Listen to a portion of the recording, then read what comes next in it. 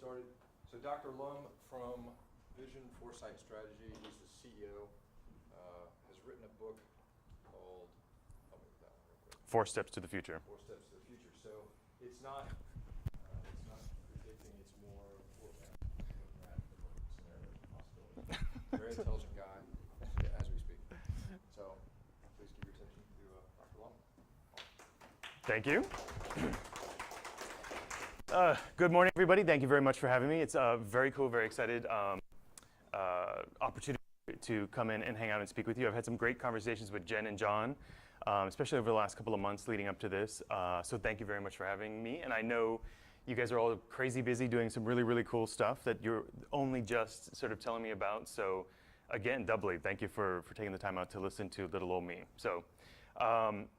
Like John said, my name is Richard Lum. I was born and raised, and I live in Hawaii, which I realize is a tough gig, but somebody's got to do it, so I'm taking that for the team.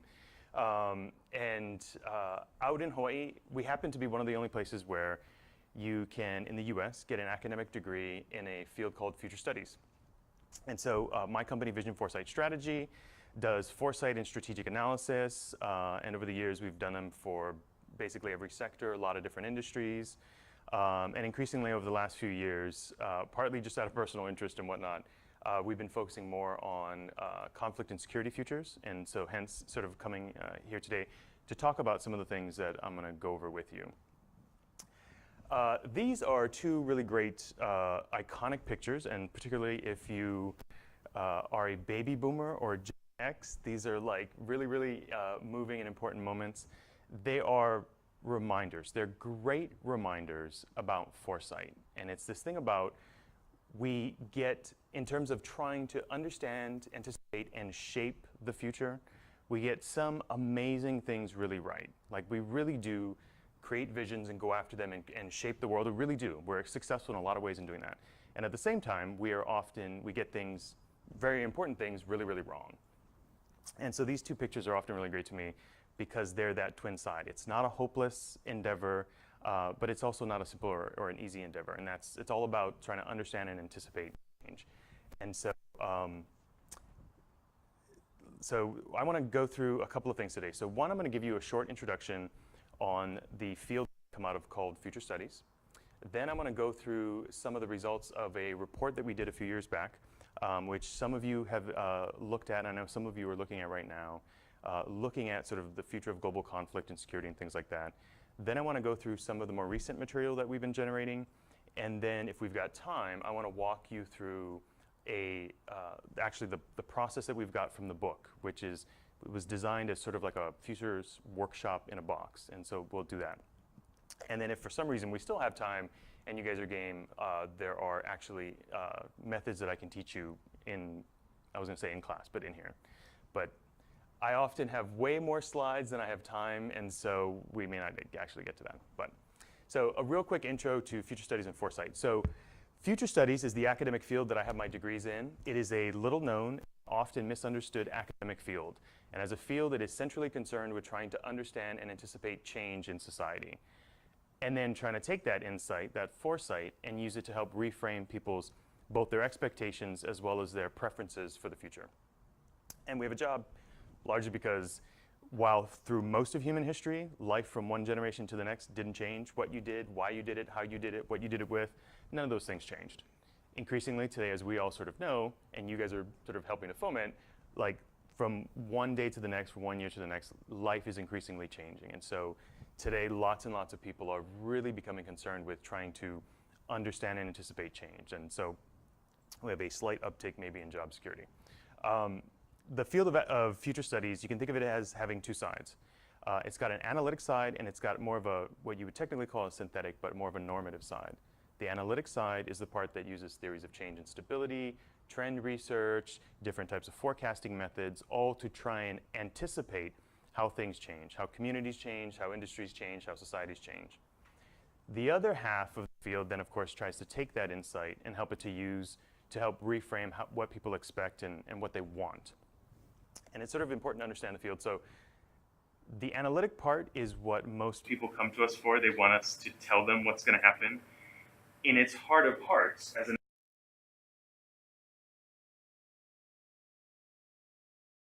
rethinking the goals and the vision and the world that you want to create and going after that. Most of our corporate clients just want the first step. And usually what they're coming to us for is Foresight, which you can, and today we'll use it in the sense of very simply understanding Foresight as insight into how and why the future might be different from today. And this is sort of an important point for understanding both the field and a lot of the methods and the work that we do.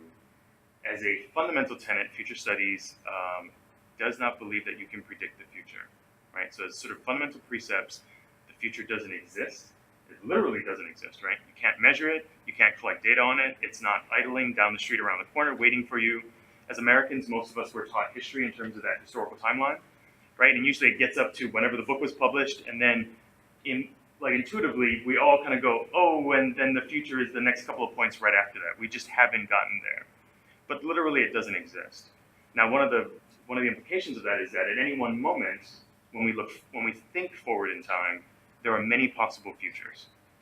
And here's the kicker, those possible futures are constantly in flux because of our actions, complex interactions, all that kind of stuff. So when we do our work, it's not about trying to predict what's going to happen, but we do a lot of forecasting. And a way to think about those differences is a prediction can be thought of as a statement about the future that is intended to be accurate, which, I don't know how to tell you what exactly is going to happen. A forecast, in contrast, is a statement about the future that's intended to be logical, right? So we do a lot of forecasting. We don't do a lot of prediction. Although I know that if I promised to predict, I could probably charge more on the speaking circuit because people literally would pay for that, but that's not what we do. If you want to sort of very quickly understand sort of the work we do, there's many different types of things that we'll do in a particular project. We will often start with historical analysis because in a very real sense, the only thing we have to go on is what's already occurred. So past experiences, personal experiences, that's the only stuff that we have that we use to try and anticipate how things change and where they're going to go. So various types of historical analysis that we'll do on different projects. On top of that, we'll study what we call images of the future. Future doesn't exist, right? But we're actually able to influence it and think about it, which is an amazing thing. We're one of the only creatures that we really can think of that has this ability to imagine something that hasn't happened. And that's the basis of all of our thinking about the future. And so those images about the future, whether it's images driven by anxiety or fear, like I'm going to bomb doing this presentation today, and that feeds back and it influences my actions, right? Or whether it's that sort of dream about I want to grow up and become a doctor, and so they bend all of their activities to that. Those images about the future feed back, and they have a great influence on the types of actions that we take in the present. So as an academic field, we're one of the only ones that spend a lot of our time thinking about the importance of various images of the future. And these come from a lot of different places. They can be generated when we look at data graphs. They can be generated because somebody is a visionary and gets up and presents a compelling and inspiring different view of the world. But these have a really, really important place. And trying to understand some of this, an example would be self-fulfilling and self-negating prophecy, right? That plays a role in this stuff. And so us trying to understand that. On top of that, we use various theories of change and stability. We do a lot of trends research, trends forecasting, emerging issues analysis. We'll take all of that stuff and build upon it and use different types of forecasting methods. And increasingly, corporations are using it not just for strategic planning, but for innovation and all that kind of stuff. And then when you're lucky, you get a client that actually wants to get to like the vision thing. Yes, sir. Dr. Will, if I were speaking to my dad, Yes. when I first told him what Skype was, he was like, that's like on Star Trek where they said screens on, right? And you can see the Klingon imagery. At what level do images of the future, does fiction ever influence your analysis with that? How do you cut that off? What's your logic? Star Trek is an awesome example because we've got like a generation of engineers who were literally inspired as kids when they saw those images, and they wanted to do that, and they helped. Essentially, I had a flip phone. I had a Star Trek communicator, right?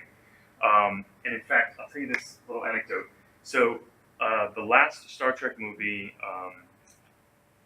the one with Idris Elba, I can't remember the name of it, but the last Star Trek movie that was just out, the Enterprise has been destroyed, they've crashed on the planet, they're running around, and Kirk pulls out his little communicator, okay? And the kid in me had this momentary sort of jealousy. I was like, oh man, like I wish I had that. And then it struck me, I have something so much more powerful than his communicator, because all his communicator does is call the ship, right, or call other communicators. And the amount of stuff, I run my entire company off of this, right? I mean, it's amazing what you can do with these things. So we're actually at that point where the science fiction you see, you sort of envy just because you're primed for that, and yet we live a lot of that right now. Anyway, to get back to your question, you were asking about where you draw the line? Yeah, in ways that we're just talking about for forecast being logical. Where, what is the level where you're like, I see science fiction, but could we get there? There's okay, so this is not, I don't have a slide for this, but excuse me. There's a spectrum that I'll use that I'll usually teach classes for. So when you're looking at either scenario methods to do forecasting, or just foresight methods in general. And I'm sorry, not everybody's going to be able to see this. Can we use the other board? Which one? That one? If you don't mind? Well, let me. Okay, I'll do two. So, let's see. So, this side will be. Is this a paint? Okay, so we're going to do this one. And so on this side we have.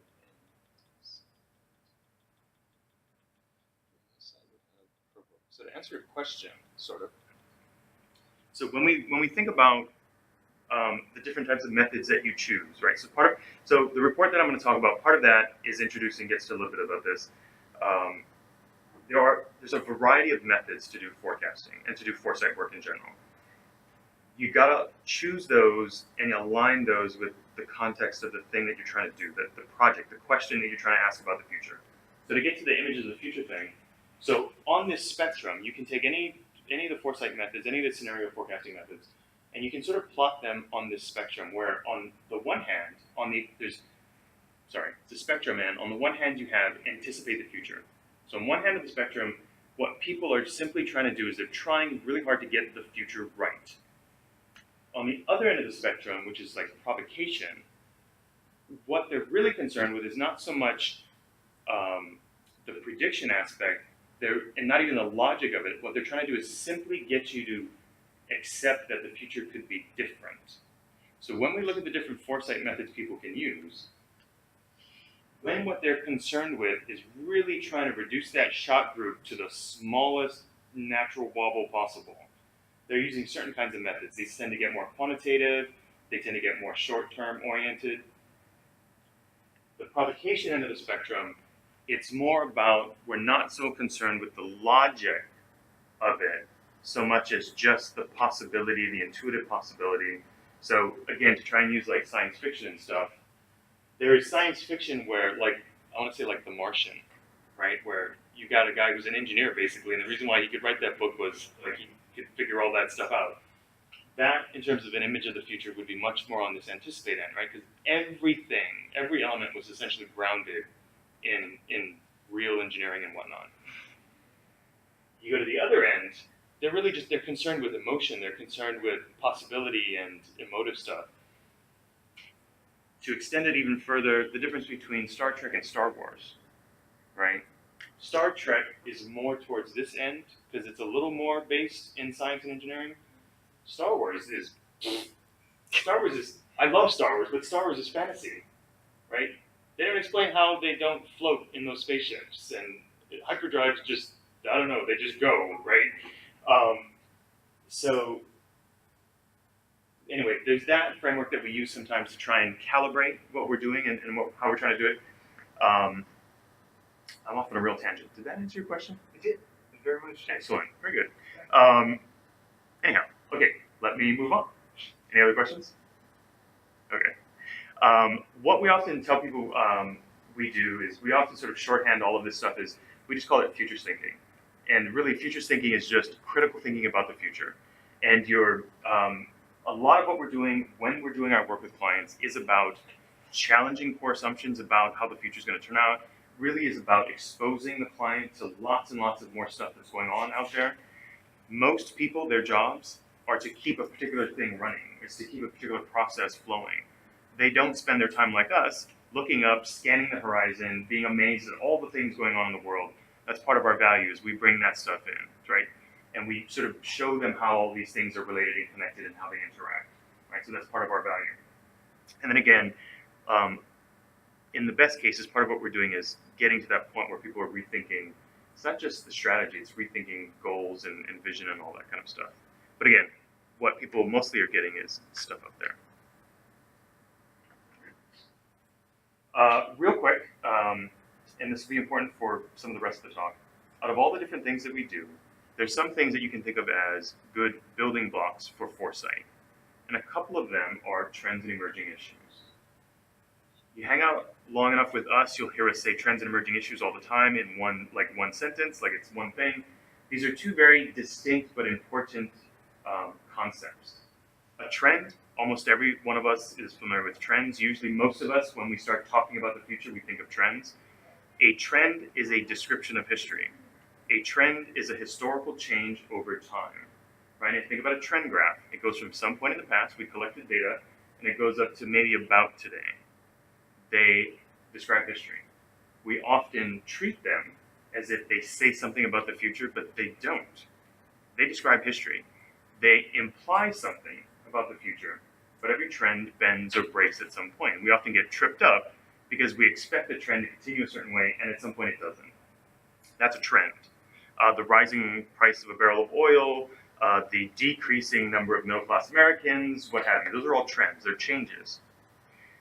When we try and jump to the other side of the timeline, where there's nothing there yet, we're talking about emerging issues. And in some senses, emerging issues are those things that are going to become important down the road that in fact may play a role in deflecting or breaking some of these trends.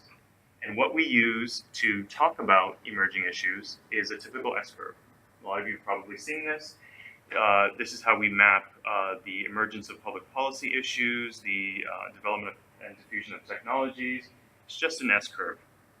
And what we do with emerging issues is we are trying to identify future technologies, future public policy issues, future ideas, concepts, models that today might be fringe thinking or experimental, but in the future may become critical to shaping the thing that we're concerned with. And the S-curve usually describes how in the beginning of the life cycle of anything, it's fringe or experimental, it's crazy talk, right? So we were talking earlier about like 3D printing body parts, right? To some people, they're like, that's crazy talk, right? But that's a technology, that's a concept, that's becoming a technology and an application and is moving up the curve. When it's down here, it's fringe or experimental. It's that crazy guy in a garage. It's the crazy professor who's got tenure, but nobody knows why. And then, like the grad student projects, and then they're moving up. And then it's maybe that project is actually kind of cool. So like a professor goes, well, let me take it over and let's really do something with this. And then they're going to attract VC funding, and then they're going to make a company, and then it's going to become mainstream, and everybody's got it in their pocket, right? Now here's a rule of thumb. And usually it works for corporate clients.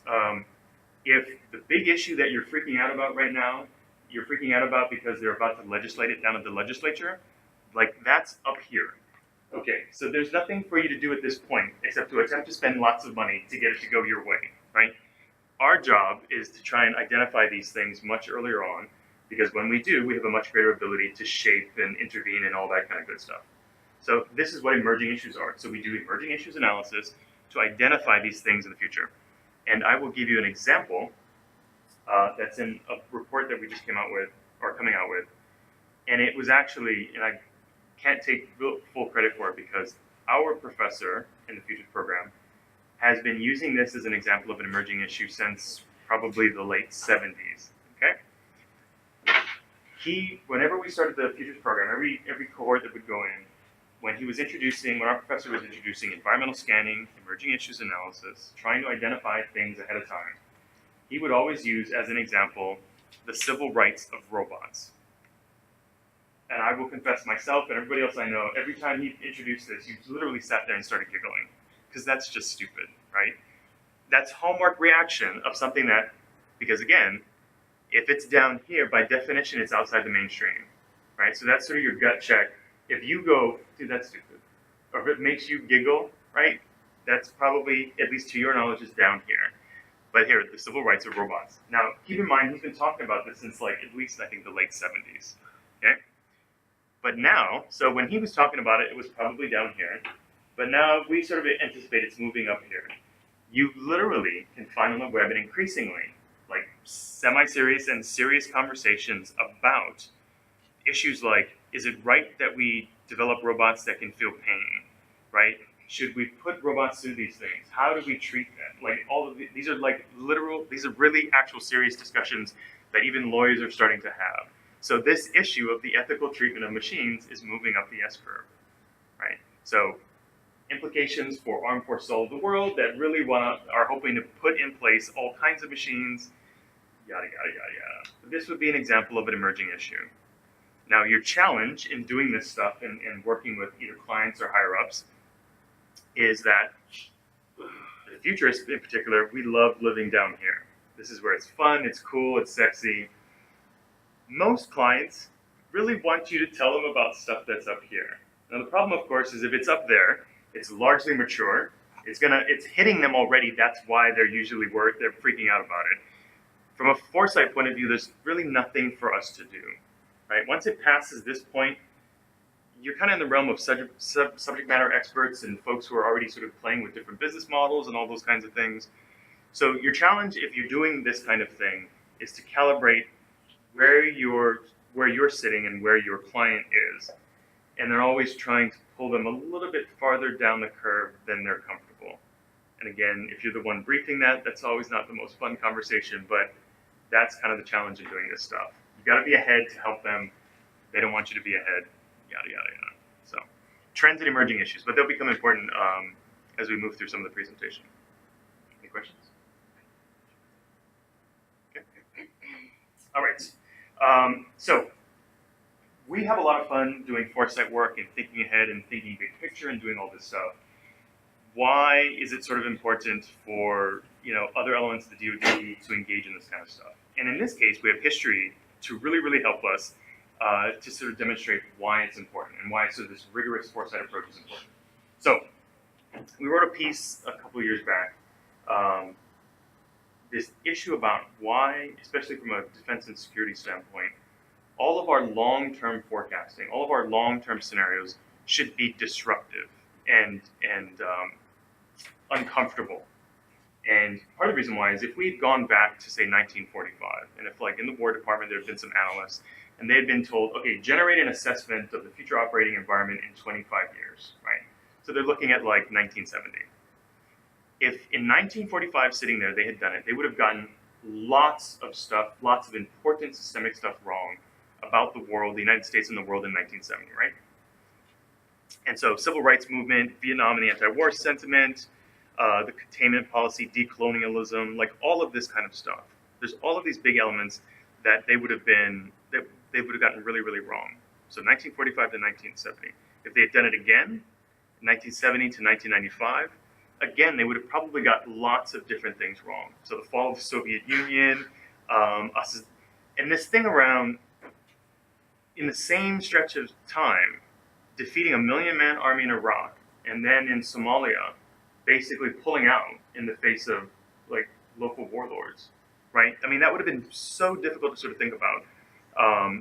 And then this idea of this peaceful New World Order, which was super short-lived. Not only that we had it, but that it was over before we really could sort of celebrate. And then, I'm a Gen X, so I had a pager. It was the coolest thing. Like, who else had a pager in this room? Okay, see? They were the coolest thing. You can't even understand. They were just cool. And all you did was send each other, like, hello messages, and it was horrible because you wanted to get a hold of somebody, and you paged them, and you were waiting for them to call you back. And because you didn't have a cell phone, you were sitting somewhere by a phone waiting for them to call you back. It was a terrible tyranny. Anyway, but everybody had one, right? And you couldn't have seen that coming in 1970. So the same thing again, if like in 1995, they had been looking forward to, say, today, a little bit shy of 25 years, right? It would have been hard in the midst of just coming out of the fall of the Soviet Union and this whole peaceful New World Order to then think about the centrality of China and the South China Sea and all of these other sort of points, to imagine that we could spend so much time on global war on terror and all of these other things. The importance of social media and all these things. 1995, people were talking about the internet, but some of the implications of social media and all that stuff that we live through right now wouldn't have had it. Did you have a question? More of a comment. From a soft perspective, those that study insurgency, they would argue that that middle column there is really nothing new. If you go back into late 1890s, 1900s forward, insurgency has always worked. Yes. Okay, so it's not a big surprise that we can defeat somebody that wants to match up us one-on-one, but can't against somebody that wants to use different types of warfare. No, point taken. And going back to like almost prehistory and looking at that form of warfare, yes, and the difficulty with doing that, yes. Point taken. But we did have a really good time defeating that million-man army. Like that. Oh, that's fine. That's but so anyway, so looking at this and as why anytime we're trying to do a long-range forecast, we're trying to do a long-range assessment, the scenarios and the stuff that we come up with should be disturbing. They should be disruptive. They should take us out of like the zone of comfort.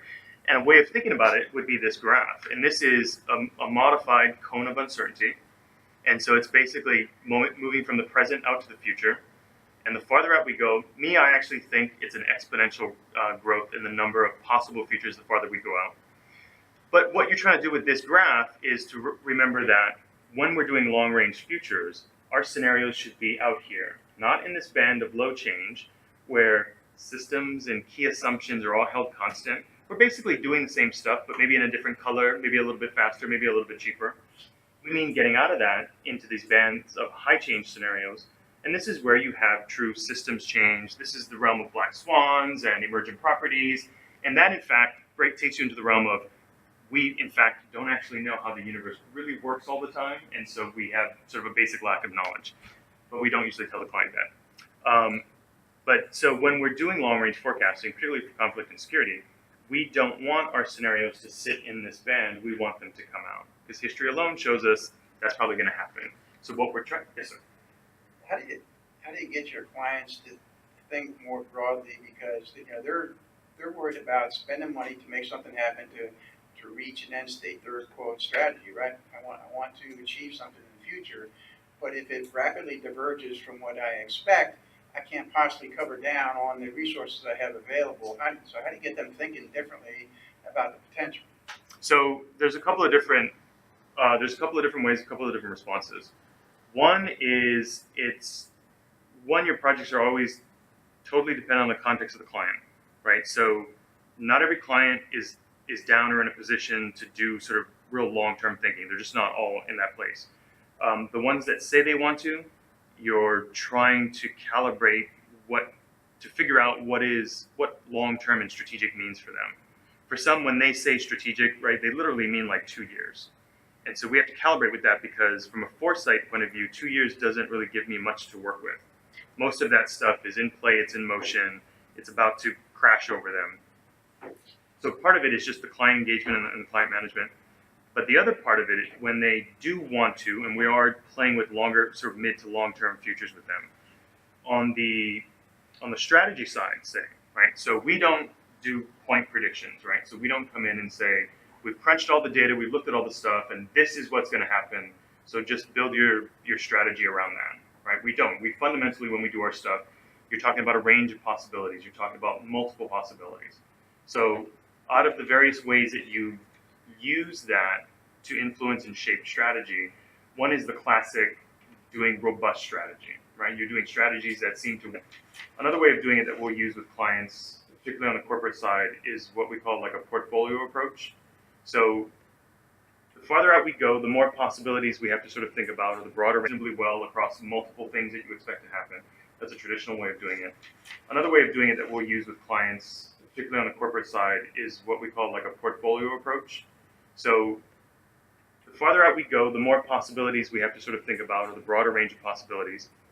Out of all those possibilities, whether we're talking just a trend line continuing, some emerging tech, some scenario playing out, any of those things, any leadership group, if you work them through this conversation, can talk about the things that they are more confident about and the things they are less confident about, right? So we talk about doing the Foresight work to help planning, and we talk about it like it's simply about identifying uncertainty and risk. But to me, in a more fundamental way, what you're really talking about when you've got planners and executives together doing this conversation specifically for strategy, it's not really about an objective understanding of uncertainty and dealing with it. It's really more about confidence. How confident is the group that there's only two possibilities? How confident is the group that those four scenarios that we all generated reasonably cover the spread of possibilities that we're going to look at? How confident is the group that this disruptive technology is in fact going to mature, is in fact going to diffuse the way they said, is in fact going to have those impacts on the business model? So another way of approaching it is to say, dude, I get it. There's uncertainty and I can't reduce that completely. So I break that into those things for the future that I am more confident about, things that we have just decided. We're really confident it's going to happen. We need to act now. We need to do something. Those are things we commit actions to. At the other end of the spectrum are those things that we have way less confidence that it's going to happen, that it's a definite, but it is so compelling and important that if it does happen, we're going to have to deal with it. And those become a different category of action and investment. And so you were essentially taking a portfolio approach to sort of managing all of that stuff, if that makes sense in an abstract example. Yeah, being inside the strategic planning process at SOCOM, when you try to present that, you get this kind of glass-eyed, I can't possibly cover down on all that stuff because I have limited resources. Therefore, I will be adaptable and agile and cover down on everything else, and we're good to go. Okay, all done. That's kind of the reason I have issues with this alternate futures, because you could project almost anything out there that you can't possibly cover down. So we're going to talk a little bit about how you try and deal with that issue of you could come up with a seemingly endless variety of alternatives. But again, from a strategy and committing resources point of view, if you think about it more like a portfolio. So you've got portfolio has finite resources. So you're allocating those resources. So the traditional management text would tell you the way to do it is you crunch enough data to figure out the thing that's going to happen, and you bet all those resources on that. It's a high risk, high reward approach to strategy. The more portfolio approach is again saying I've got finite resources and I'm going to allocate these according to sort of the uncertainty, the confidence I have. So again, there are going to be those things that an organization's leadership feels we absolutely have to address this, and we've got to commit to this now. So there's certain types of actions that you can take to invest that. And I mean, what I've seen it several times, probability times consequence is risk, and therefore I have to assess. Probability of nuclear war with China is pretty low, but the consequences are just off the chart. I can't ignore it. Yes, most of the time we're not talking about something like from a risk or an insurance point of view. They'll talk about that. That's your sort of not quite black swan, but it's so low probability that it's really unlikely. But yeah, you can't ignore it, because if it does, everything game over. Right. Most corporations, most of the time, most organizations don't have those kinds of things that they have to deal with, so it's a little bit different. But there will be things in the future that will come up. Somebody's brought up some new technology or some new potential competitors down the road. But right at this moment, we may realize in a similar fashion, dude, if those things come to fruition, that's going to be game-changing. But it could be existential, like Kodak with, no, we're sticking with the paper, okay? But so the thing is with the sort of the portfolio approach is, you're trying to do all this foresight stuff to recognize those, but the kinds of actions you take right now with respect to those differ. And so if it's a compelling future possibility, but you're simply not confident that it is in fact going to come to fruition, there's a certain type of activity that you can commit to now that keeps it there, that keeps it on the radar, versus committing a change of direction of the whole organization right now to it. But so when we do this stuff, you can sort of, not rank, but you can categorize the possibilities that come out of the foresight work in terms of, hey, these are things that we as leadership think, dude, this is super important, we've got to commit, we've got to change now. Those that are, we really are confident that it's going to come to pass, but we're going to do, this is more about trial, it's more about pilots and stuff like that. And then you get all the way down to the things that it's really like, we just need to task somebody to keep an eye on this. And the resourcing process does some of that by going, you're not gonna get 100% funding, you're gonna get enough to just keep it alive, right? It's similar to that, and it's just being conscious about managing the strategy consciously in terms of that. Right. All right, okay, so where are we? 10, okay. Some of you may have read the report that we did in 2014, which is the Global Security Forecast. And I know some of you guys are going through it right now. And so I wanted to spend a little bit of time going through some of the stuff that we came up with in that report. Now, to understand the report, it was a rapid demonstration that we did for OSD policy. And at the time, they had been talking, they were just chatting with us, and they were trying very seriously to inculcate more foresight, more formal sort of foresight into the work that they were doing. And so we were having these conversations about how you do that kind of stuff. And so this was a rapid demonstration about how we would pull together things to look at the sort of the future global security environment. And it very specifically was originally in response to the QDR. And I had been reading through the QDR, and chapter 1 of the QDR talks about the future environment. And it was perhaps not as challenging as I would have wanted to see in an assessment of the future environment. And so this really started as a demonstration of an alternative to chapter 1 of the QDR. And others have sort of teasingly told us that it ended up being closer to sort of the next global trend report. But it started off trying to sort of take a more critical view of forecasting what the issues might be in the future for the security environment. And what we were doing with it, and again, this goes back to how we do our work, and a lot of what this particular report was about, was this idea of doing rigorous futures. And when you were coming at, in particular, complex issues, you don't just use one method, right? In fact, you use multiple methods in concert, in integration with one another. And so the way we were talking about it back then was it was much more of an ensemble approach to looking at the future security environment. And so what we were doing was sort of layering in all of these different methods and steps, and each step was producing different types of insight, all of which were being pulled together to do some of the scenario forecasting at the end of the report. And so, yes. Quick comment on your disappointment with the kind of the futures that was captured in the QDR, and we see it all the time that, okay, they look around and go, right, I'm not going to do this whole futures thing. Somebody already did that. Joint staff did, joint operating environment. That's good enough for me. Problem is, between 2010 and 2014, the future didn't change at all. The two documents were identical, and therefore we incorporated everything new that was changing into the kind of the narrow slice of where we viewed it, and we didn't see any change on the future, and therefore in the QDR also was a rehash of stuff that happened 4 years previously. One of the other things I'd point out is with a lot of these documents, and the same thing happens, stuff happens in government, and the same thing happens in corporate life. Any document, any strategy document that's going to get elevated to a position of high sort of visibility and importance becomes a political document, right? And so a lot of times when you look at a strategy document or an assessment or a forecast, they are not what you'd think of as a pure analytic output, right? They get shaped by a lot of different factors.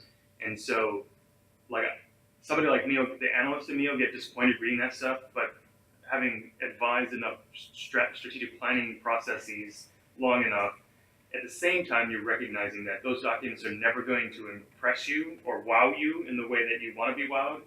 They can't from an organizational point of view. So that's the other thing. So in doing this one, what we were doing was we were trying to do a little bit of systems thinking.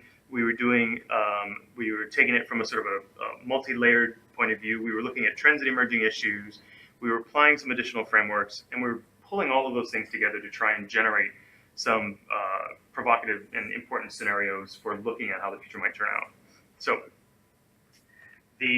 one of the steps that we took in the early part was looking at the sort of the system of security, and really this was sort of a historical analytic process, and we do it sometimes with projects. And you try to take a systems view, and if you think about like drawing systems diagrams and causal loop diagrams and all those kinds of things, sometimes what we do is we try and literally sort of illustrate the system that we're dealing with, whether it's an industry or a business, or in this case, sort of American sort of security. And so we try and model that. And so what we were doing with this was we started with 1945, and we were trying to sort of describe in those terms what the system looked like in 1945. And then we fast forward to 2014, which was the present, and then we draw a new picture. And often and again, this is all sort of a historical analysis. And what it's doing is just demonstrating how the system has in fact changed. In this case, changed a great deal between 1945 and 2014. And so, back in 1945, the notion of war and combat and warfare and all that stuff, of course, was coming out of World War II. So that's what dominates sort of understanding of what conflict and war looks like.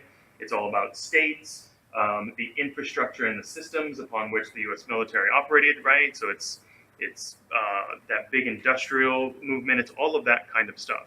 And coming out of 1945, like in terms of like our goals, our foreign policy goals and whatnot, right? You're building this new world order. And I don't know that we talked about it as building a new liberal world order, but we were putting in place all of those institutions and trying to remake that stuff. And a lot of our reconstruction efforts and a lot of those other things were aimed at preventing the rise of dictators and preventing the rise of more fascists and trying to escape having more big conflagrations and wars and things like that. And then we go through this long period in which we go through the Cold War, globalization, the information age, and we come out the other side. And now in 2014, you've got sort of your dominating visions about what conflict looks like, which are heavily influenced by 9/11 and the global war on terror. And we're looking at all those types of things. And we've got these interesting developments where enemies and threats are no longer synonymous, right? A threat is no longer simply an individual or a state. And now you're talking about security threats in a much broader fashion. The infrastructure that everything was built is based on is like heavily digitized and give us peace. Part of what it helps us do when we work through it is it's sort of taking a big top-down picture view. So we're trying to see more of what the landscape has. And it allows us, once we have these maps, it literally allows us, it gives us a better tool for looking at both the types of trends out there that are in fact helping to keep the system in place, help it keep it organized the way it is, as well as looking at those trends that are trying to push it in a different direction, that are actually trying to drive change. So it helps us to sort of keep in mind and look at both sustaining things as well as disruptive things. And then what we tend to do is we take the present environment and we start to talk about what are the underlying assumptions that institutions have with respect to how the system operates. And in this case, it's assumptions like if it's a threat to the liberal world order, it's synonymous with a threat to us. Global power projection is an imperative. That democracy is the universal answer geopolitically. That we have to maintain an unassailable technological lead. These are not value judgments on our part. We're just saying like these are some of the assumptions that undergird a lot of this stuff.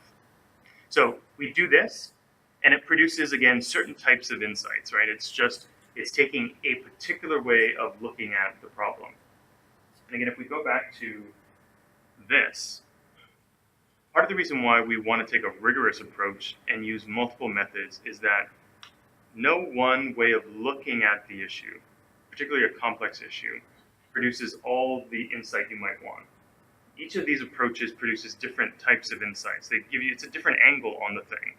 And so systems used tend to be top-down. They give you you can draw a bigger picture of what's going on. When you change it up, so you go from a sort of a systems view, I don't have the systems maps, but these are like top-down views. But then what we do is then we move and we take it, in a sense, looking at it from the side. And we try to look at it a little bit more in terms of complex adaptive systems. And so looking at the global security in terms of big macro pieces, and then smaller pieces under that, and then even smaller pieces. And all of these pieces, of course, embedded in one another. And so when we take this sort of scaled sideways view, we're trying to pull it apart and look at it from the side. And again, what it's allowing us to do is look at trends and emerging issues, things that are happening at the global level, things that are happening at the state or the societal level, things that are happening at the group or the individual level. And then allowing us to look at the interactions across these things. Now, it's a little bit important from a Foresight point of view when we do these kinds of things, like this kind of exercise, because if you ever read any of the future assessments that anybody does for anything, or if you ever sit in on conversations that are ostensibly about the future of whatever, people are throwing all kinds of stuff out. But the issues, the trends that they're throwing out are not always operating at the same scale, right? So there are trends that we're talking about that literally are things that are at the individual or the group level, but they get mashed up in conversation with big macro pieces. So if you ever sat in a room where somebody's essentially arguing from a power transition to digitization of business models, they're not point of view about what's going on, but then somebody else is talking about level. So it's helpful from a Foresight point of view to pull those apart. And then it's showing you how there's lots of change going on in the world, but those changes happen at different levels. They happen at different rates. And so when we're trying to do forecasting, it's how we layer these things together or how we embed them in each other.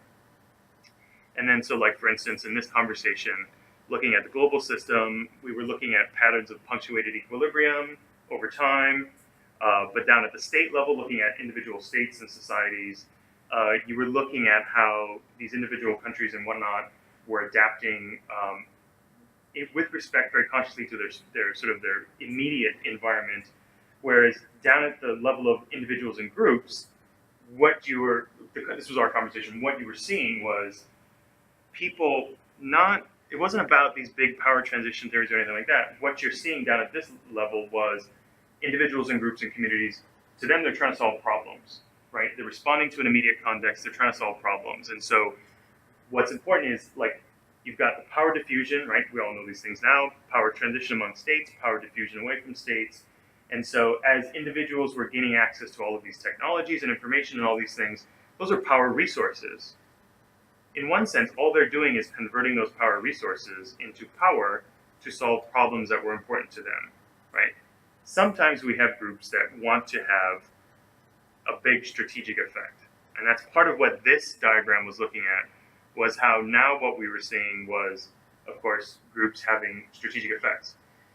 Sometimes we would talk about enough tactical actions equal some big strategic effects, some big strategic change. The problem, and that's what this conversation was pulling out, was yes, lots and lots of people at the micro level have taken tactical actions together amount to some operational and strategic effects. But if these folks are simply trying to have a tactical effect and taking tactical actions, the accumulation of all that stuff is not producing a strategic effect that you want or are planning for. If there is a strategic effect that you want, you have to be very conscious about the tactical effects you're doing. And this is going to get way too abstract, way too fast. So this conversation was helping just sort of work through the fact that, like we all know now, folks at the individual level, thanks to a lot of these new cool resources that they have, they can periodically have strategic effects. Some of them are trying to have strategic effects. We're talking about soft, and traditionally what people want is this non-linearity, right? They want tactical actions with strategic effects. But you're not going to get the strategic effect that you want or need if those tactical actions are intended for tactical objectives, right? Those tactical actions have to be aligned with a strategic objective that you're trying to change. And you've got to work through all of this because it's passing through all of this interaction, right? And because of the world is wiring itself together, there's greater interdependence, blah, blah, blah, blah, blah. It gets much more complicated on how you try and map that. But that's the kind of conversation that we were having with this stuff. Okay, so back up. So trying to look at it from a systems point of view, top down, trying to look at it from the side and pulling it apart, and then back to our trends and emerging issues. And so then what we were doing in the process was identifying some of these things and then generating particularly some emerging issues to use, right? And this is part of the research that we'll do. So some of the examples of just 3 examples of the emerging issues that we were coming up with. So again, you're doing scanning, you're reading lots and lots of information sources, you're on the web, you're looking at all this crazy writing out there, and you're trying to identify the signals of things that now might not be mature or might be fringe, but in the future might be really important. So one of them was this idea of smart feral cities. And this one really came together because you were looking at this reasonably established trend, this discussion around smart cities. And at the same time, you're looking at this literature coming out of at least the early 2000s talking about feral cities, right? And of course, we've got the urbanization trends, we've got the littoralization trends, and so we're looking at not just mega cities, but mega slums and all that kind of stuff. So the smart feral cities was this emerging issue around what happens when smart city technology, right, which is information technology, which is the idea that you're going to suffuse a city with all of these sensors and actuators and all these things, and you're going to get this really good real-time data on the metabolism of a city, on all the flows moving through a city, and in some cases be able to use that for the city itself to respond and adapt and all that kind of cool stuff. Well, again, partly because of cool things like this, you don't have to think about massive engineering projects to rewire cities, right? That smart city technology is probably going to be pretty cheap and diffusable. And so the idea was, or the concern was, what happens when that smart city tech actually gets diffused out by other actors through these feral city, feral urban area type situations? And what happens then when your issue was? Sort of a related one was one we were calling crowdsource distributed conflict. This one was playing off of everything that you were seeing, even back then it was pretty mature, microtasking and distributed computing and social financing, like crowdfunding and all that kind of stuff, right? All of these tools for getting lots of work, for disaggregating work and resources, or pooling them in a disaggregated fashion. And so it was simply looking at what happens when all of those tools get repurposed so that on a variety of conflict-related actions, whether it was pulling together code or fabricating things or just generating intel or any of these kinds of activities that an actor might want related to conflict, how now you're being able to sort of disaggregate that. And the ultimate idea behind, or the ultimate end to crowdsourced distributed conflict was somebody being able to actually, in a sense, distribute and outsource most of their activities in a way that all of the contributors don't even know that they're participating in that, right? And so that's what the sort of crowdsourced distributed conflict was about. And then the last one from that report was this idea of nation sourcing. 3D printers, digital fabrication, all that good stuff, even back in 2014 was already big time. And you were looking at articles, there was lots of talk, even in the US, about, of course, maker spaces and hacker spaces, and schools wanted to put 3D printers in their schools, and people were talking about opening community hacker spaces. And then there was literally these articles around, and I forget exactly when, but somebody was writing about, and I don't know if they've actually gone and done it, but Israel talked about ensuring that every classroom in the country had a 3D printer. And from there, it was a short step because it's Israel to think about compulsory military service. And it was a very easy step to then quickly see how this stuff can come together into this idea. Oh, and the other thing was you were looking at trends around STEM education and the debates around universal coding. Every child should be taught how to code because that was a key future skill. So as you weave those things together, it's not a far leap to then see how communities and small nations could literally rethink of their population as a distributed network producing, and we were like drones and code, right? And so if you had a generation that grew up coding and having all these tools, a generation later, you've got it where every household is either got people that can be turned on because they can do some sort of coding or whatever. They're all part of a disaggregated fabrication networks. And so it was this rather compelling idea about, well, what would happen with a small nation or urban community or something like that, and them surging capacity across several domains. And that's what nation sourcing was about. It was a 21st century Leviathan. So this one is, I know it's a little bit difficult to read. It was too much work to try and reproduce it in a PowerPoint slide-friendly version. We built a lot of these things actually on 11 by 17 sheets of paper, so they didn't scale well. After doing all of those other pieces, then we tried to start to take a long view of change. And so we were using this framework to look at the rise and fall of different things. And what this chart, and I'm not going to spend too much time boring you guys with this, this can be a very, very provocative conversation when you use this particular framing for trying to talk about the future. And what this framing does well is it's looking at, in a sense, the transition of systems from one state of affairs to a future state of affairs. One way the system is organized today to a way it might be organized tomorrow. So in this sense, we were looking at sort of like the global security order. The black line is called the first horizon. The black line represents the present. It represents all of the current assumptions and structures that we all mostly believe in and take for granted about how things are organized, how they work. The black line, as you can see, is falling over time. What the chart is doing is not just talking about moving from one state of affairs to a new state of affairs, but it's also talking about how the world, the environment is changing, and so elements of the old order are losing their fitness for purpose. And how with this first horizon, this second horizon, and this red third horizon, what this is trying to do is show we traditionally think about change and change in systems and eras in a sequential fashion, right? Like, so if you go surfing, a set will come in, and then the next set will come in. So we tend to, and we talk about change often in waves, but we talk about it like the first wave comes through, everything relaxes, then the second wave comes through, and then everything, right? Like that. What this is recognizing is that increasingly today, at any one moment, you can see around you the present, but you can also see around you elements of things that have been changing and putting pressure on the system. And at the same time, you can see early signals of a farther future, right? So these are our, in one sense, these are a lot of our established trends. This red line often are those sort of farther future emerging issues. So the other thing this analysis is doing is trying to take all of those different horizons and try to map them together at the same time. Okay, so it'll get too weird too fast. So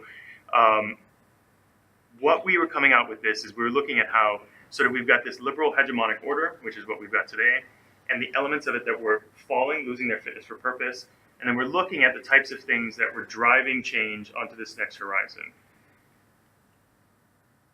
Coming out of this conversation, the interesting things that we were coming up with was, for instance, when we look back over time, a lot of our big, massive theories of change, or IR theories, they tend to have these big, long, decades-long movements, right? They're these big, long things. This raised the rather compelling question. It was saying, if the US-dominated liberal order is falling, and if something else is taking its place, the gut reaction, obvious answer is that there's a global shift of gravity to Asia. It's some sort of power transition type scenario. But one of the things that came out was many of these trends that are driving this, digitization, global connectivity, all of those things, in a sense, were creating these channels or pathways that was allowing all of the next generation stuff to diffuse faster across the world. And so this line ended up being looked at as this acceleration of power diffusion. So not just the idea of power diffusing to non-state actors, but an acceleration of that curve. And so it was this question of how long will this second horizon in fact last? And will that second horizon in fact get overtaken by this third horizon before the world settles into a new pattern? And if that happens, the amount of turbulence, like in one generation, would seem to be rather large. So that was the kind of stuff that was coming out of this. In addition, what this framework does is these horizons, right, the present, the farther future, and the nearer term future, people often use it to analyze organizations and institutions to look at mindsets. Within any organization, you can see the people who are first horizon people. Those are managerial mindsets. They are, for whatever reason, it's not good or bad, whatever reason, they're heavily invested in the way things are organized today. Their role, their job, their preference is to keep the system from changing, right? Managers are charged with keeping the system running. The third horizon, the red line, is the realm of your visionary mindsets, right? These are the folks who are living, if you think about that S-curve, they're looking at all those emerging issues, and they can see how the world could be different by adopting all this stuff. They're visionary. Problem with them is usually what they come up with is impractical. It is threatening to most other people because it's radical ideas about what could happen. And usually the way they communicate it freaks everybody out. In the middle, you have what they talk about as the entrepreneurial mindset.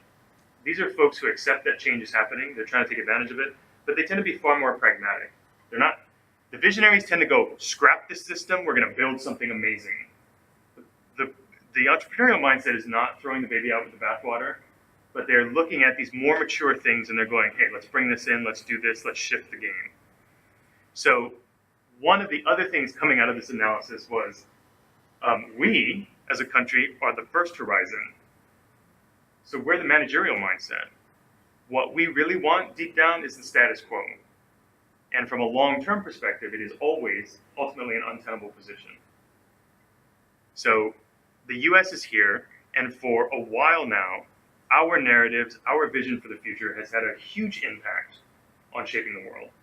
But part of this was saying, well, as we start to move this way, increasingly, other people's hopes and fears are literally going to have more power to shape the future world order than they traditionally have. So in looking at, like, you know, where you engage and how you engage, there are these rather sort of uncomfortable ideas around, well, perhaps it's time that we start to, our own conscious narratives and visions about what the future order looks like, starts to engage with or take into account the various stakeholders that are drawn to this third horizon. And they're not all radical extremists, right? Well, they might be radical, they're just not be violent. And so it's these ideas about this interplay between what's going on in the system, but also what's going on sort of internally or domestically. And this is where you've got strategy and policy conflicts within the government because people have different reactions to this and whatnot. So, yes. Where do you place China? Are they more entrepreneur or are they more radical? So when we did this, sorry, I feel like I don't have to do this. Yeah. When we were doing this back in 2014, we were talking about China more as a second horizon type actor. If you wanted to play with it, you would probably say Al-Qaeda, ISIS, those types are more of a third horizon. And there's lots of non-violent, peaceful people that are third horizon folks, right? There are techno-anarchists that want everybody to be happy, but they're like, dude, we can take this technology today and we can get rid of the government, right? Those are third horizon folks. We actually have, I don't have it on this slide deck, of last month we were working on, we were using this framework and we were mapping, we were doing it differently. We were mapping on the third horizon. So, sorry. One of the ways in which we use this when you're using it as an analytic tool is the first horizon are structures and assumptions of the present, those that are falling out of purpose. The third horizon is not just those emerging issues and farther future possibilities. It is also the space where you are talking about the different competing visions for the future. And so when we were doing it last month, we had out here, we were trying to look at, this was the conversation about visions, we were trying to look at folks that were more third horizon. They were definitely not first horizon, so we're first horizon. But it was looking at China, Iran, North Korea, Russia, some of the non-state actors, and you were trying to map, because none of them have the same vision for the future, for the global order, right? And so Russia and China don't have the same vision for the future of the world order. So same with North Korea, right? So, but we were using this to try and pull that apart and parse that out, because one of the ways to use this diagram, and I apologize guys, one of the ways to use this diagram is, this is us coming down. These are the folks who are inspired by what could be by using all of this stuff. And if this is the present coming down, and if this is the farther future what could be, and the different competing preferences for that, this nearer term future is the space in which all of us collaborate and compete. So this middle space becomes the pathways forward. So you're using it in an almost a future stakeholder analysis fashion to try and first identify the competing images of the future, the competing preferences, and then you're mapping back the logical strategies and pathways of change that they would pursue, and you're trying to map that and understand that. So we were doing that last one.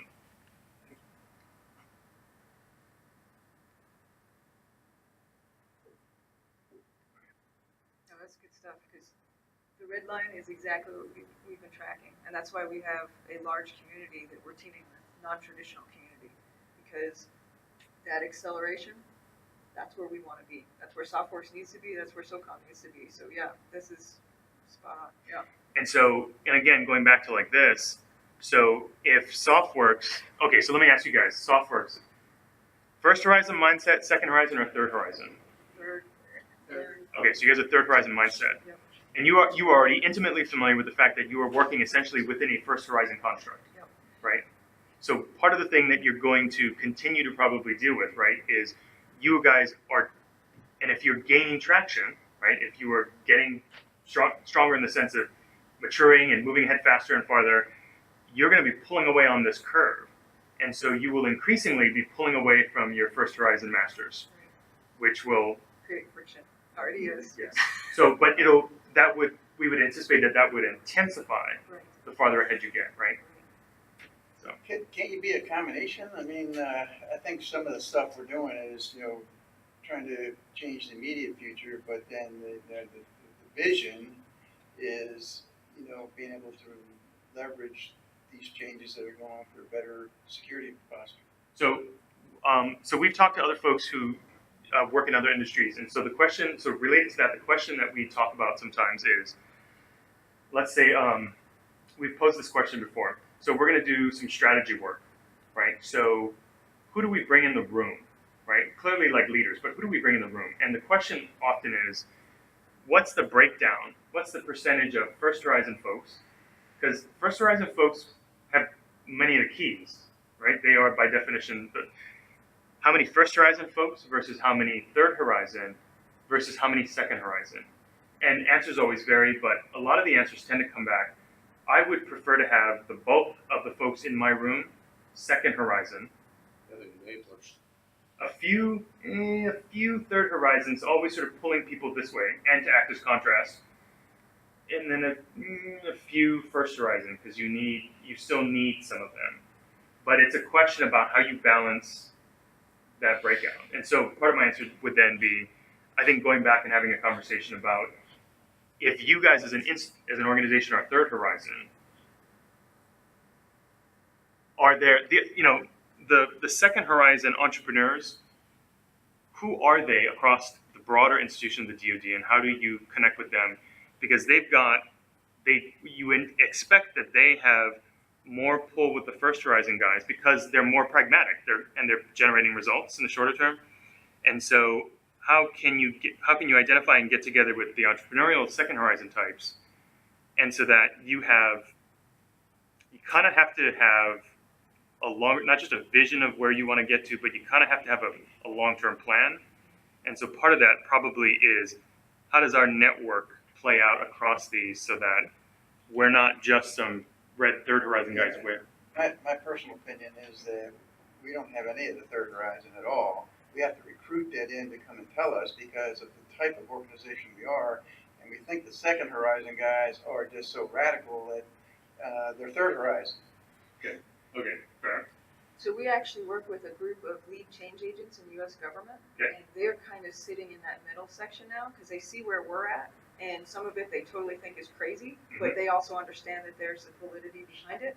So they're going forward and going back to the first horizon folks and saying, hey, this seems a little bit out there, but there's precedent, and there's also some factual pieces that you need to consider. Maybe we need to start looking at this. So they're kind of The translators? right. They're the boundary They're the spanners bridge. for us. Yeah. That's right. Exactly. Okay. So we're seeing some of that happen too. Well, maybe you're using that consciously as part of your larger change plan for the institution, if you have one. I'm not suggesting that you automatically have one. If you look at what's happening out here as opposed to what's happening down at headquarters, it's radically different. But you're saying that No, I agree with Jan. The stuff out here, but there's this stuff is really second horizon. No, I agree with Jan. The stuff out here, but there's a blend. I mean, we're doing stuff that is clearly designed at getting after what's currently in the space right now. I mean, you talk about the drone stuff. That's happening right now. You know, what is the future of drone? Okay, is where we need to be thinking about out here. but we have to solve the really crisis we're on right now. I'm talking about from a kind of headquarters perspective is that, you know, the Third Horizon guys, we just blow them off because it's just challenging the process that we got here. We're all very state and military and hierarchical and that kind of stuff. And the entrepreneurs are kind of the guys that are the ones that are seen as kind of the radicals. So it's a headquarters versus SOFWERX perspective, I guess. Out here, I think we're pushing to get to that third, but we have to bring guys like you in because it's not just resident here, you know, full time. Yeah, my opinion is that we have a lot of First Horizon, and we have a number of Third Horizon, but we don't have enough Second Horizon people because they listen with both ears. And the ear on the right is the people as they're descending, reminding them that this is not forever and that there's risk and you need to get it right. And the people on the Third Horizon going, screw it, man, we just need to go, go, go. Well, there's got to be that sweet spot in the middle that says, man, we got to take these great ideas and somehow turn them into business plans and other stuff. And I understand that's kind of more of a two-dimensional way we think about it. There's got to be a bridge to get you from where you are to where you want to be, and that's the entrepreneur. I would say that's the Second Horizon people, and that's where I think, and he's right, it's very hard because we always want to service the 25-meter target, but we're starting to try to get that entrepreneurial mindset in the headquarters so that we can see the future a little bit better.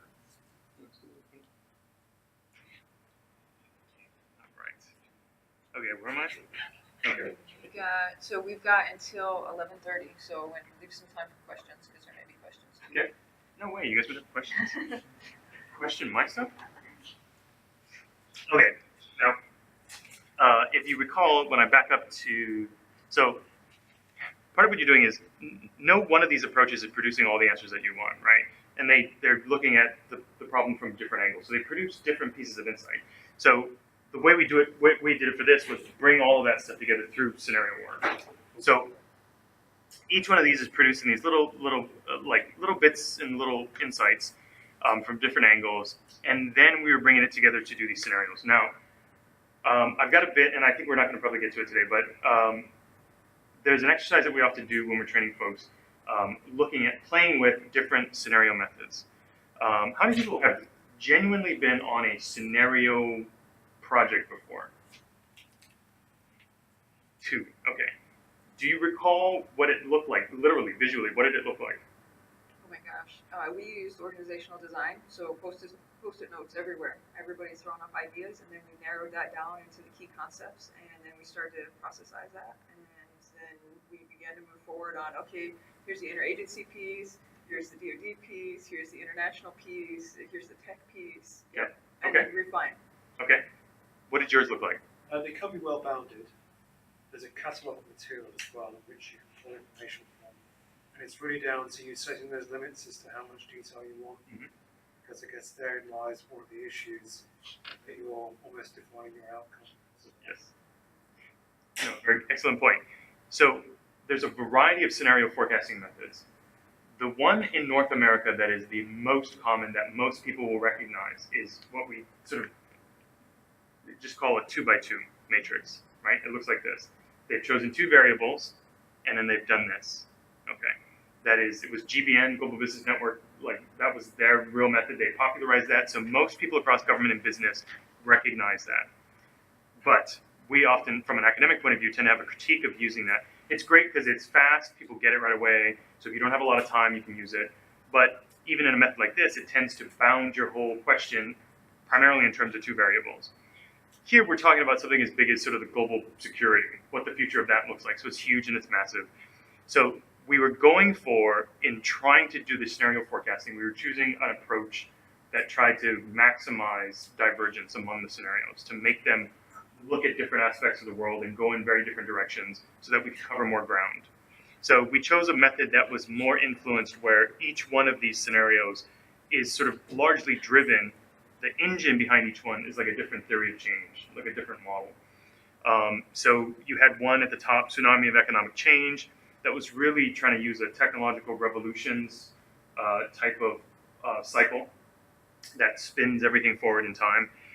Quantum Dark was a little bit more, it was still tech focused, but it was a little bit more about how entrepreneurial types, different innovators will take new technologies and more of a sort of a Clayton Christensen type of feel where it's these new disruptive technologies are being adopted, but they're in fact being applied more successfully first to groups and populations that haven't benefited as much from the present way of doing things. And so that this one was more like that. Infinite Diversity was more driven by trying to look at both states and governance systems, but how they taking a complexity point of view.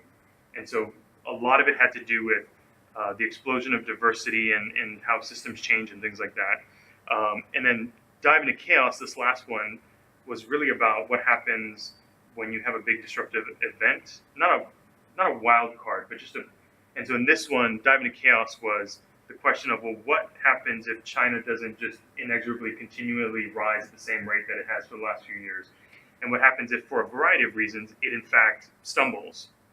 And so this one was looking at that and the systemic ripples across the world if that happened. So that was that scenarios.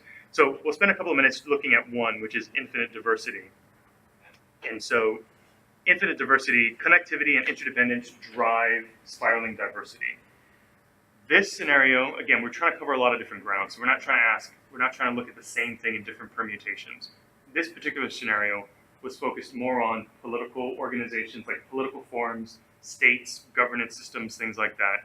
And it was the question about how a lot of these transformations in both demographics and technology and all these things could drive change in political organization and political life, and what kind of follow-on effects would that have. And so rising levels of global connectivity lead to greater interdependence while increasing access to information. And so this scenario, because of the dynamics that we were looking at, what ends up happening is diversity. You go through a period in which, because of all of these technologies and all of these things diffusing, again, on the ground, in communities, people are trying to solve problems, right? And in the last many years, we've seen on the governance side, communities and networks and folks taking these power resources to address shared problems and shared governance issues. And so this scenario starts to play that out and magnify that. And and we won't get into the mechanics, which 3 years on, I might have a hard time recalling all of the particular dynamics. But this scenario took you through a pathway into the future in which the forms of political organization diversify across the world. And you see more hybrid forms. You see not just the pure, here's a parliamentary government and here's an authoritarian government, but you see lots and lots of variations. And you start to see more and more communities that are governing and self-governing in ways that are not traditional states. And you start to see lots and lots of that dynamic. And this scenario ended up looking at, and actually this is where we were able to logically weave in some of these emerging issues. Because again, trends and emerging issues are key building blocks in a lot of this stuff. And so this scenario ended up looking at how you had an evolution from smart feral cities into nation sourcing into a very broadly mimicked crowdsourced distributed conflict models around the world. And I know that's sort of really quick, high level abstract, but so anyway, so that was that scenario.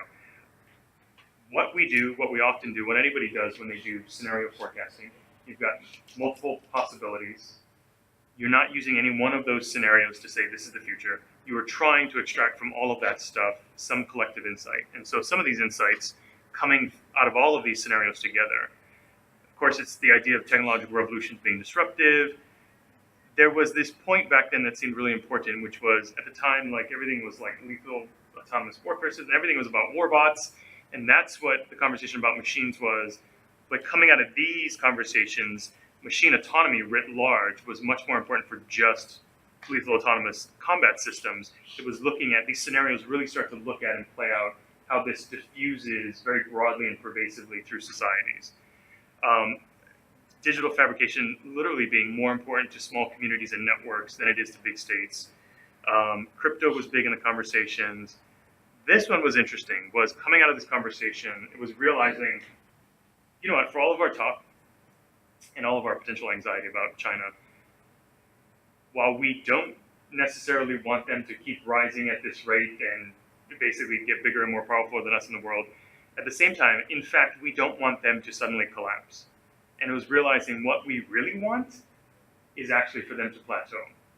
That would be like an ideal thing for us, is for them to just settle out on a nice level thing soon, and we would be really cool with that. And that's really actually what it's, we don't actually want them to collapse. In our heart of hearts, we actually want them to plateau. And then it was these ideas around, it was a lot of the conversation was about non-state actors of various types. And usually in the defense circles, that's automatically code for a threat. And yet these scenarios, as often as not, they were opportunities. They were taking care of problems. They were performing alternative governance things. They had information and resources and access. And so it was this idea that these NSAs that were diversifying and proliferating were not just all just a potential massive threat matrix. Many of them were opportunities for states if they saw them that way. So let me just add on that one. One of the things that we started to look at was some of the nation states that are beginning to set up things like technology ambassadors and do outreach to these various hacker maker groups, non-traditional communities, to help them manage the gaps. One of the things that came up in a recent discussion was the early adopters of these networks will be the folks that get the perks. The latecomers will be the ones that are subjected to the networks. Because the networks at some point may have more power in certain circumstances because of their access, their expertise, and their capacity. Mhm. So have you guys looked at anything like there were in some of the scenarios, in some of the conversations, it was about anticipating increasing conflict between states and, say, corporations, because corporations essentially build and run these networks, information access and information networks. And so some of the conversations were anticipating an increased conflict, and not an armed Hollywood blockbuster conflict, but just an increasing contest between companies and state governments over control and design of what becomes everyday critical infrastructure for everybody.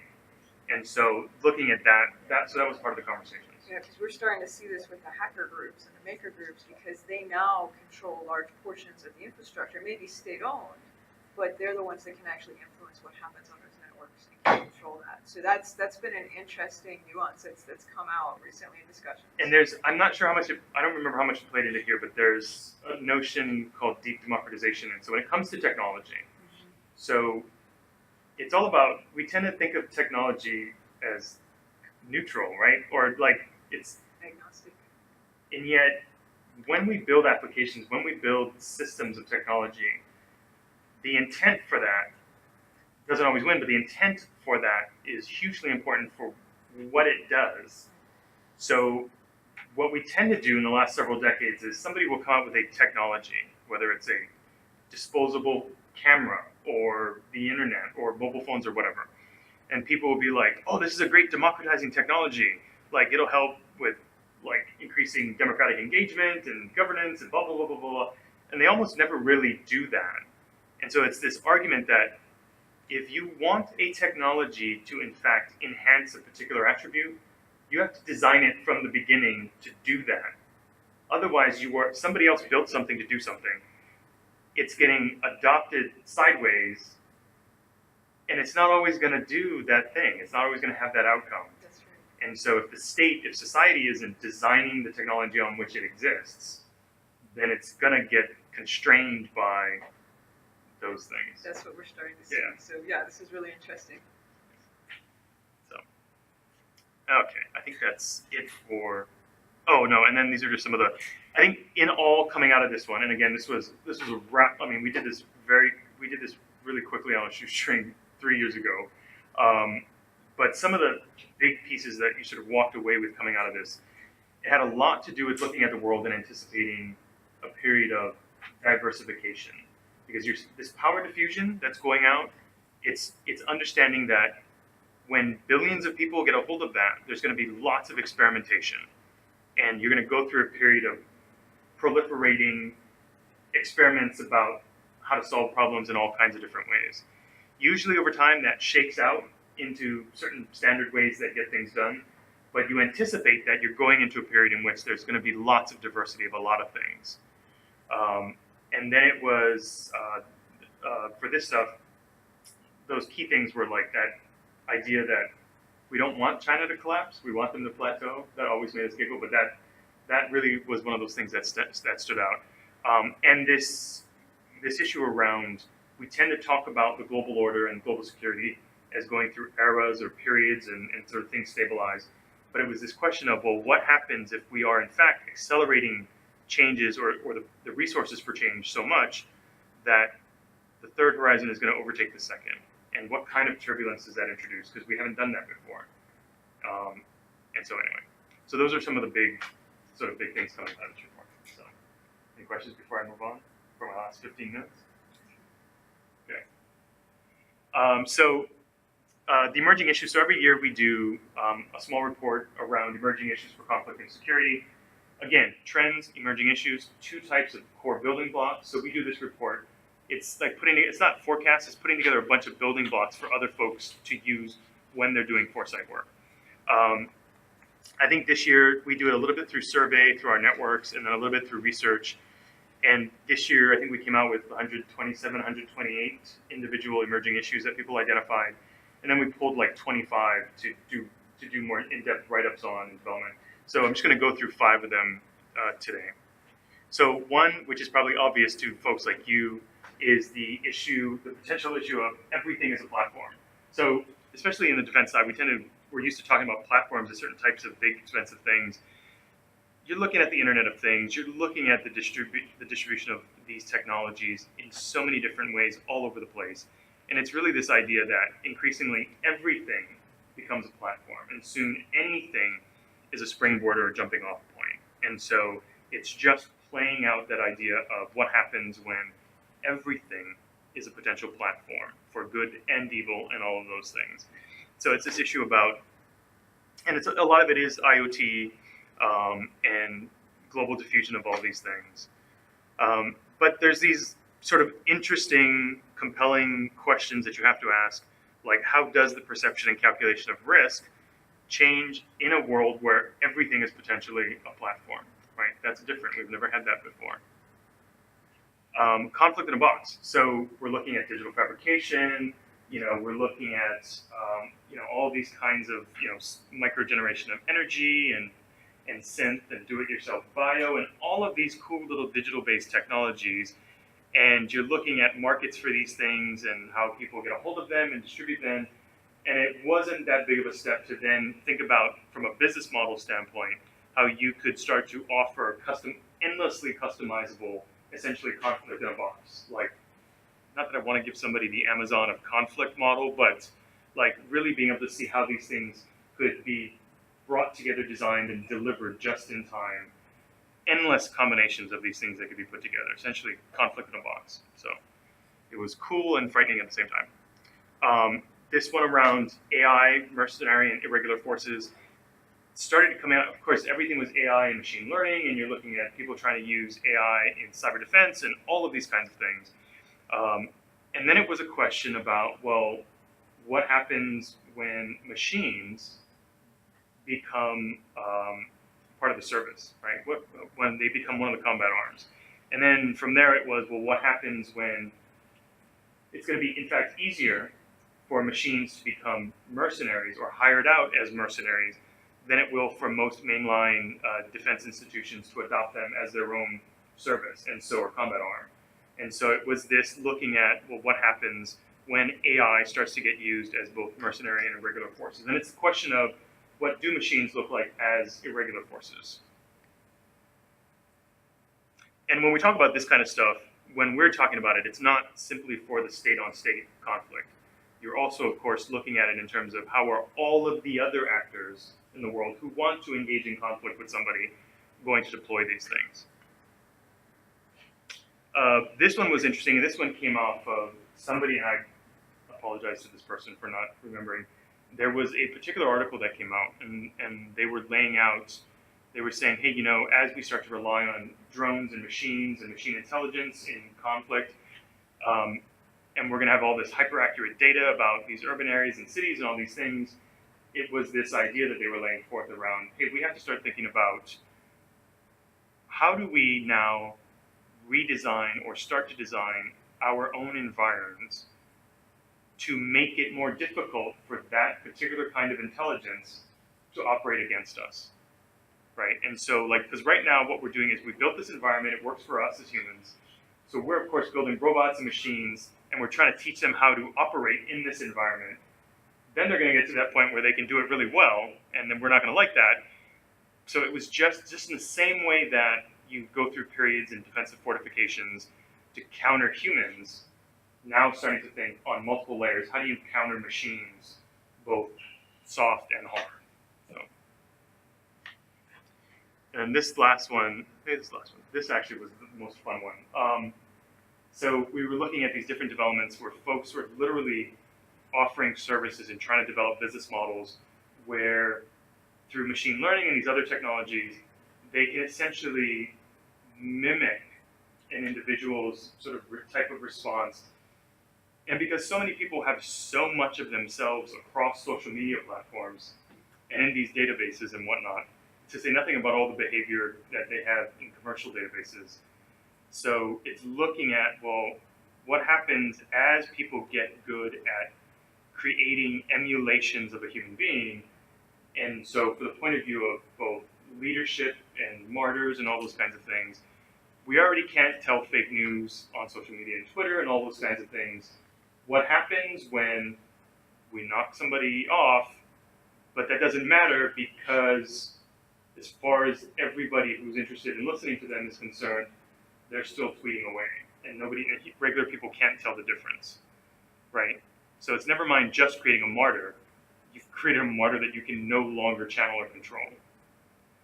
But then the positive side, what are the possibilities for leadership? And I mean, how cool would it be if you had some of the great leaders in history that we revere, if they had hyper-accurate avatars that you could still talk to and feed problems to, and anyway, so it was that kind of stuff. So it was this idea around immortal leadership. This one is a sort of an early stage one, but again, if everything develops the rate that it's developing now, it shouldn't be that long before you see applications of this.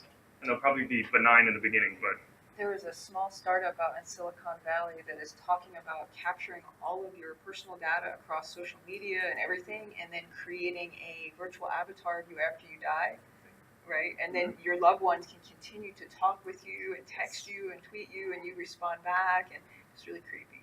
But yeah, I mean, if you like do this and you bring Osama bin Laden back, and then he's on there and he's doing his thing, yeah, I don't want to see that. yeah. So we'll classify this after this, and we'll take it off the PowerPoint. Anyway, so that's fine. Okay. I want to leave time for questions, so it's like 11:05. Still good. We got to 11:30. You good? Okay. What I'll do is I'll rip through. So I wrote this book. Do you have it? Who's got the book? Oh, there. Float around. Okay, so I wrote this book, 4 Steps to the Future. It is like a Foresight workshop in a box. And I wrote it very specifically for folks who haven't had a lot of training in Foresight, but especially on the corporate side, so often, some junior executive suddenly gets handed on Friday afternoon, hey, by the way, Fred, you're in charge of the annual retreat this year, so get on that. And, they're not quite sure what to do. They do think they want to think better about the future, but they don't know how to go about doing that. So the 4 steps was a rudimentary sort of framework put together so that if any of my colleagues saw the stuff that you were doing, they couldn't find fault in it. But it was sort of tried to be simple enough that you could sort of execute this with relative ease. So it's the 4 steps model, and you'll see how it echoes some of the global security forecast stuff because it's modeled on what we tend to think of as a good foresight process. So the 4 steps model has 4 steps, and very simply, they are looking at history, looking at the present, looking at different futures, and then aspiration, which is sort of like vision. So these 4 steps. And we have folks out there that are using the model now, and on the corporate side, they tend to use the first 3, and the 4th one, which gets into visioning, they tend to not do as much, and I don't know what that says, but these are the 4 steps. And the entire model is really based around these very simple core questions. And the book stems from me trying to break down all of this stuff that we're talking about and doing, trying to break it down into some of the more fundamental questions that you're actually trying to answer when you're doing foresight work. So we're looking at the past because, of course, we want to understand how we got to where we are. We're trying to understand what drives change. We're trying to understand what inhibits change. And so the basic questions that the book is helping answer is, or is helping pose, how has your issue changed over the last several years? Why did those changes happen, right? Very simple questions, but it's trying to provide framework for doing that. When we're looking at the present, we're asking which of those historical forces are still at work, what new sources of change are we detecting, and how might things slow or in fact prevent change.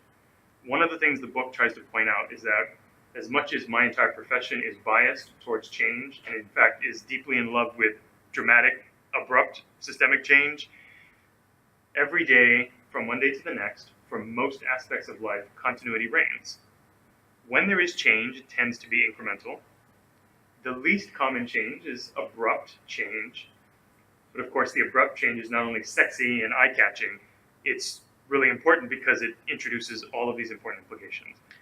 But good foresight work is supposed to account for not just change, but also continuity.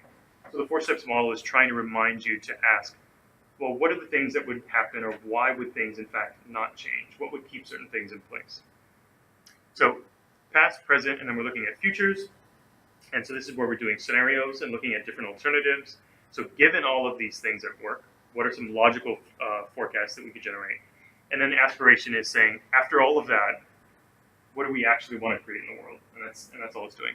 And so the 4 steps, step 1, recognizing past patterns of cycle and things like that. The key exercise that it's got in the book that it teaches everybody is a type of historical analysis, which is using a timeline series.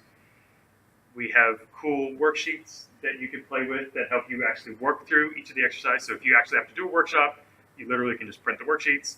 And so it's asking you to sort of go back in time and look at how things have changed and what drove change, and to answer the question, when and why did things not change that you would have otherwise expected them to change? Because again, ask electric vehicles. Change does not always happen when it's possible to happen. There are other factors involved. Step 2 is the present. This is where you're getting into trends and emerging issues and all that emerging issues analysis, trying to identify today what are all the signals that we detect right now about what might happen in the future. And it sort of goes through emerging issues analysis, which we talked about earlier. It's got a worksheet to try and map out both trends and emerging issues. And again, it's reminding you that there are trends, and often when there are trends, that creates a counter reaction, and so often counter trends are generated. So you're looking at those as well. You could take GMOs and genetic technologies. That's a trend, that's a development. It kicked off massive counter trends and counter issues. So trends, emerging issues, and then it also asks, what are the things that actually might hold things in place? Step 3, we get to looking at the future, and this is largely doing some scenario work, taking all of that stuff and how do you put them together. The scenario method in here, we were talking about scenario methods, tries to give you a very simple way to do quick scenarios. And again, continuity, incremental change, and disruptive change. So all this model does is give you 4 basic categories in which to generate scenarios. Scenario A is the type that says continuity. Stuff, all the big systemic important stuff doesn't change. Sounds like an easy no-brainer, but the challenge when you do the scenario is to effectively argue in the face of all of the trends and emerging issues why that's so. Scenario B is incremental change with low levels of disruption. So there is change, but all of your fundamental institutions and laws and rules and all that stuff stays the same. Scenario C is incremental change that introduces higher levels of disruption. And then scenario D is abrupt disruptive change. We're not going to play with them today, but tries to give you a simple model that's grounded in observable patterns of change to give you a quick, simple way to generate some different scenarios. And then we've got a nice little scenario worksheet, and then we do some implications work. And then the last step is using all of that stuff to rethink goals and visioning and stuff like that. and it basically gives you, we won't get into it, but it gives you a step-by-step process to take all of that other stuff and work it into, well, as an organization, how do we rethink the vision that we want to achieve in the future? And that's it. And I will stop there. Questions? I've got one right off the bat. Yes. So have you done any scenario work looking at Department of Defense or big government and how they should tailor their acquisition strategy to potentially catch up with your peer competitors or to get ahead of potential non-state actor, state actor technology threats? No, not specific like that, no. That would be interesting. Yeah, I can totally see why. Well, one of the things that, like the 2014 thing, and you read it, so you know, like what some of the thing in there is about the differing adaptive cycles, right? And so you are anticipating that technology is accelerating, the development of technology is accelerating. You're anticipating that the diffusion of that technology is accelerating, and then you have this huge issue with, well, small folks, just like small companies, they can turn on a dime. Exactly. Institutions, and you have a whole entire social theory about institutions simply not being able to. Clayton Christensen's whole original thing was about the logical reasons why a big incumbent company, it can see a disruptive tech, but all of the rational, logical reasons why it can't go, dude, let's turn, let's do that. Like it just doesn't, because it doesn't actually make sense for them to do that. So, so unfortunately the answer is no. But if somebody wanted to play with that, that would be a fascinating project. Yeah, because that would be an interesting discussion. A lot of our leadership, senior leadership's coming in and saying, how do we pivot so we are now 6 steps ahead? They want to create the next nuclear deterrent, if you will. But on the technology side, how do we make sure that we're leading the charge and we have that ability to continue shaping like we used to? Yep. So they're trying to gain that back, and I don't know what that looks like, but that would be an interesting area to explore. Do you know, one of the things we were thinking about, we were doing this thing, I was doing this thinking about innovation experimentation for last month, and one of the things that concerns me along these lines is that, like, let's take, and again, this is not to do a big policy critique, but let's just take it as an example, like the idea of the third offset. Let's just take a blind assumption, I'm not saying anybody has one, but let's just take a blind assumption that the answer to our strategic challenges is the next generation of technology. All of the patterns in research around development of technology, innovation in conflict resources in the military and diffusion of all these things suggests that not only is everybody else catching up and these curves turning upward more, but that even when a state does get ahead with a technological advantage, the period in time in which it gets to enjoy that dominance has shortened and shortened and shortened over time.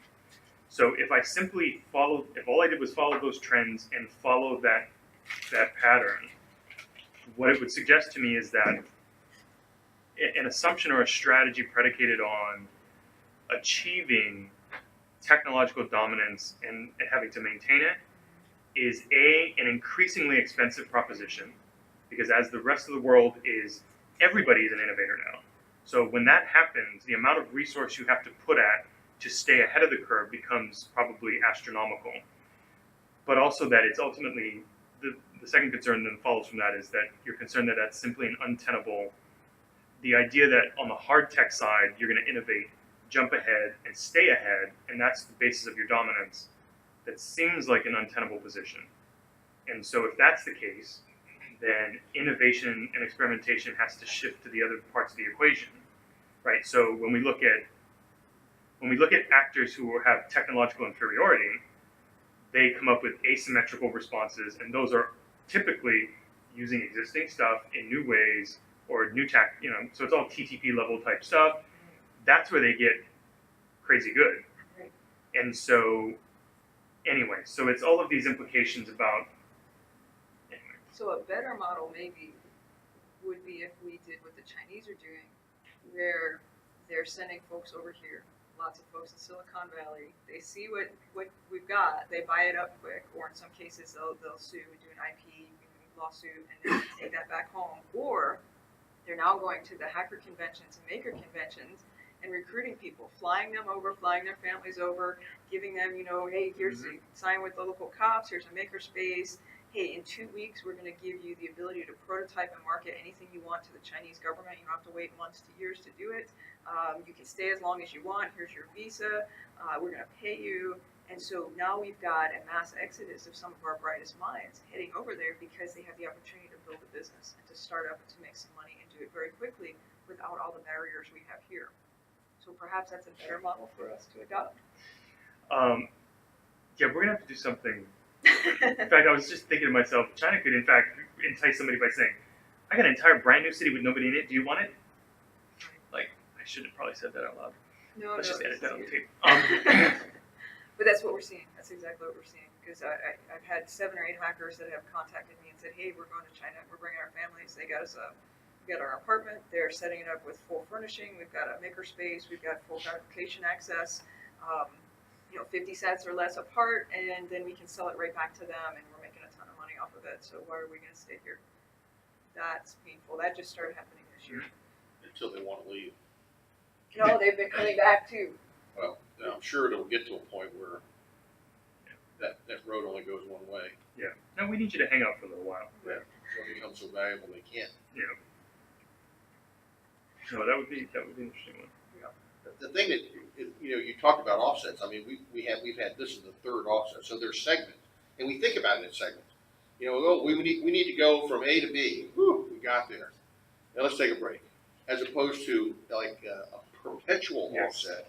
Yes. Yeah. No, sure. But again, it's easy to say. It's a lot harder to get there. Yeah. And it takes money, and it takes smart people, and it takes other people with patience, because most of the time our bosses want results now. Yes. And they're not looking that far out. No. They're looking at, here's what's coming. This is what I have to accomplish this year, next 3 years, next 5 years. Exactly. Other questions? All right, if you guys want to catch up offline, Dr. Lum will be here. He's going to hang out. He's going to be here throughout the week, so feel free to ask any questions. Oh, go ahead. Are your slides proprietary? No, you can. I'll get. Are they going to be? Yeah. We'll post them on the SOFWERX site so folks can have access, and then also we're going to post up at headquarters and then allow people at headquarters to have access to the video to watch it, the folks that weren't able to attend today. Thank you so much Thank for you coming guys. today. We really appreciate it.